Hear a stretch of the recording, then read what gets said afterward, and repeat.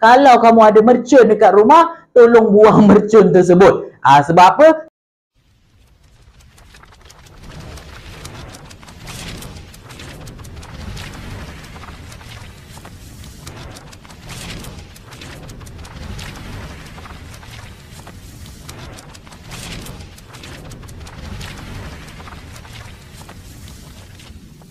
Hai, Assalamualaikum. Mana bersama dengan saya lagi, Sir Histrozi, Let Histrozi Teach You History. Okay, so untuk video kali ini, kita akan belajar tentang bab yang keenam, ancaman komunis dan juga pengisytiharan darurat tingkatan 4. Jadi, dalam video yang sebelum ini, kita dah belajar berkaitan dengan bagaimana latar belakang kemasukan komunis dalam negara kita.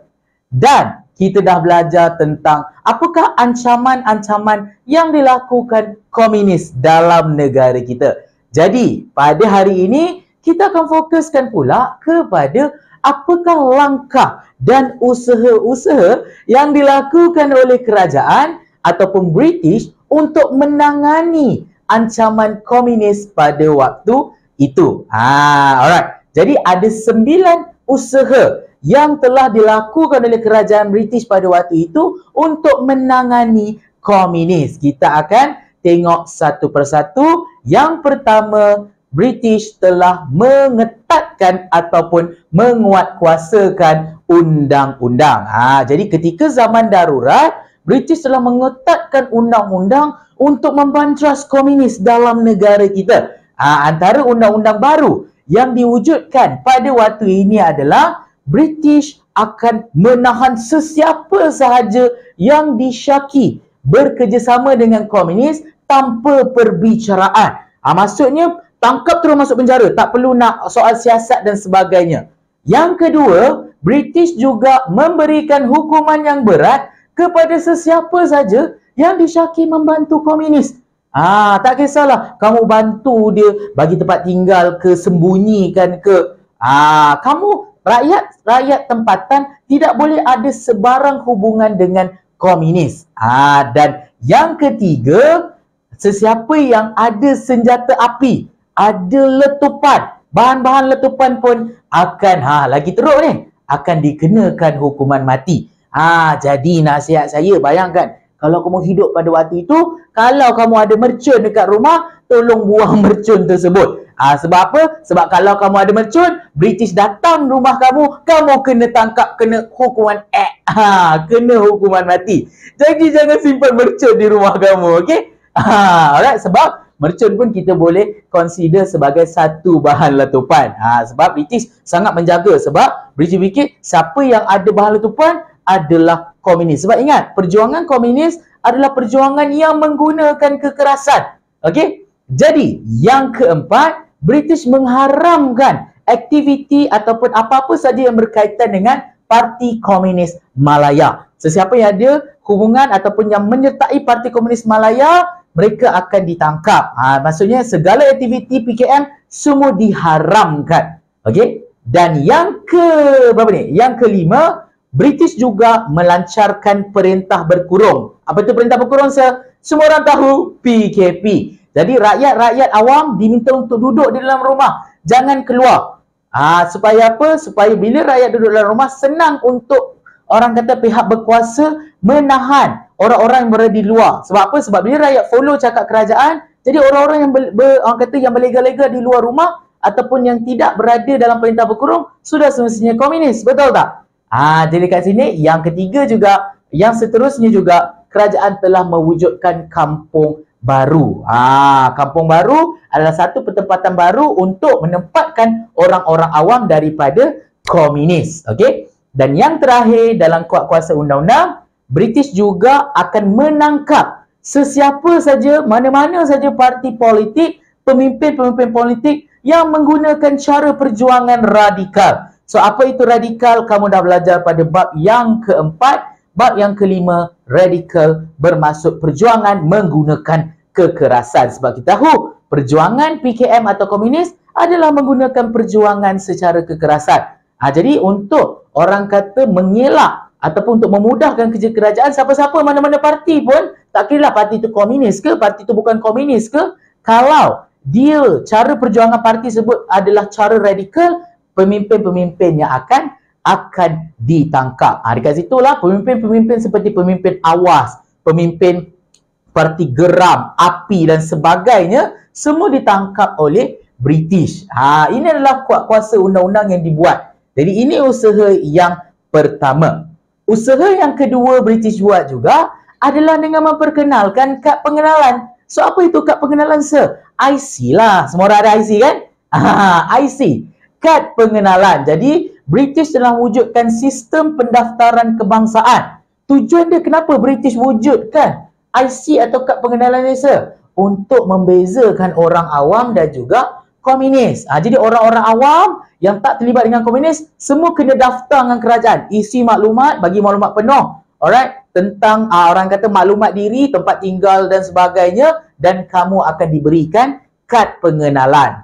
Jadi selalunya komunis ini, selalunya komunis yang takkan ada IC. Jadi kat sinilah kerajaan akan mudah beza. Okey, yang ada IC orang awam. Yang tak ada IC adalah komunis.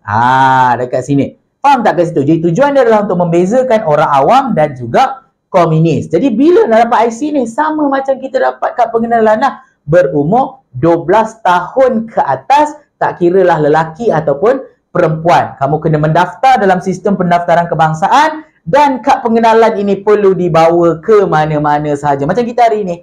Hari ni, kad pengenalan kita bawa ke mana-mana sahaja kan?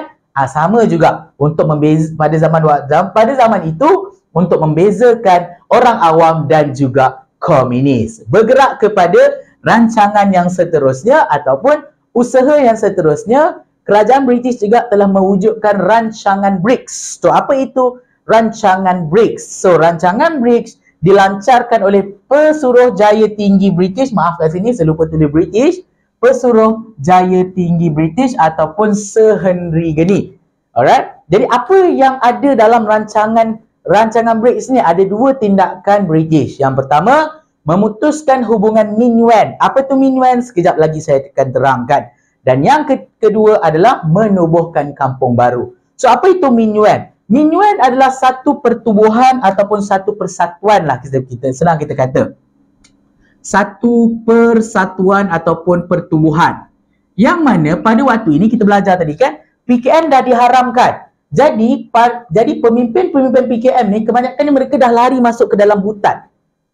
Jadi bila mereka dah lari masuk ke dalam hutan, mereka susah nak dapat bekalan makanan. Mereka susah nak dapat bekalan ubat, bekalan wang, senjata dan sebagainya. Jadi dia perlukan orang kata satu pertubuhan baru untuk mendapatkan bekalan-bekalan ni daripada luar. Sebab PKM ni, pemimpin-pemimpin PKM ini dah jadi wanted. Jadi kalau keluar je kena tangkap, Jadi dia kena ada orang. Kena ada pertubuhan lain yang bergerak dan mendapatkan bekalan-bekalan ni. Dan pertubuhan inilah yang kita kenali sebagai Min-Yuan. Jadi rancangan BRICS ni adalah untuk memutuskan hubungan antara pertubuhan Min-Yuan dan juga PKM. Sebab apa? Macam saya cakap tadi, Min-Yuan digunakan untuk membekal makanan, ubat-ubatan, wang kepada PKM, pemimpin-pemimpin PKM yang berada di dalam hutan. Jadi Min-Yuan inilah yang melakukan kerja-kerja sabotaj, ugut, rompak dan sebagainya. Jadi macam mana pergerakan Min-Yuan ni, cikgu? Macam mana mereka mensabotaj, mengugut dan sebagainya? Mereka ni pun bergerak pada waktu malam tanpa senjata. Jadi ketika dalam hutan, mereka pakai senjata macam askar. Tapi bila luar hutan, mereka tak bergerak sebagai mereka tak pakai senjata. Mereka gerak dalam kalangan orang awam pada waktu malam tanpa menggunakan senjata untuk memudahkan mereka menyusup masuk ke dalam orang awam. Dan yang kedua adalah kerajaan juga mewujudkan rancangan kampung baru. So apa itu kampung baru, sir? Dia adalah satu pertempatan baru yang diwujudkan oleh British. Yang mana kita tahu komunis ni berada dekat dalam hutan. Jadi ada orang-orang awam yang duduk dekat tepi-tepi hutan. Jadi kerajaan British tak nak orang-orang awam ni diganggu atau terpengaruh dengan komunis yang duduk dekat dalam hutan. Jadi mana-mana penduduk yang duduk dekat pinggir hutan, semua akan dipindahkan ke tempat yang baru. Ke dalam kawasan-kawasan kampung baru. Soalnya kawasan kampung baru ini akan diletakkan berdekatan dengan bandar.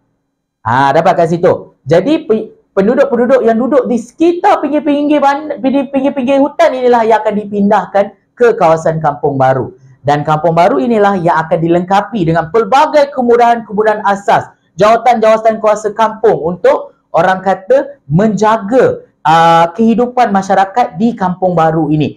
Jadi kemudahan asas, kita ada bekalan elektrik, bekalan air, pertempatan rumah dan sebagainya. Okey? Dan untuk menjaga lagi orang-orang awam ni, setiap kampung-kampung baru ni akan dipagari dengan kawat duri dan akan ada special constable yang akan menjaga. Dia akan ada polis lah. Special constable ni adalah polis. Polis yang akan menjaga kampung baru ini daripada ancaman komunis. Dapat dekat situ. Jadi ini adalah 3 tindakan yang dilakukan oleh British untuk menangani komunis. Kita ada lagi 6 lagi usaha yang dilakukan oleh British untuk menangani komunis yang kita akan belajar dalam bahagian yang kedua. Kalau kamu nak bahagian yang kedua, kamu boleh komen di ruangan komen. Jangan lupa untuk follow saya di sosial media saya yang lain seperti TikTok dan juga Instagram menggunakan username yang sama, Histrozi. Saya rasa sampai di situ saja video saya pada kali ini. Kita jumpa dalam video yang akan datang. Assalamualaikum. Let Histrozi teach you history.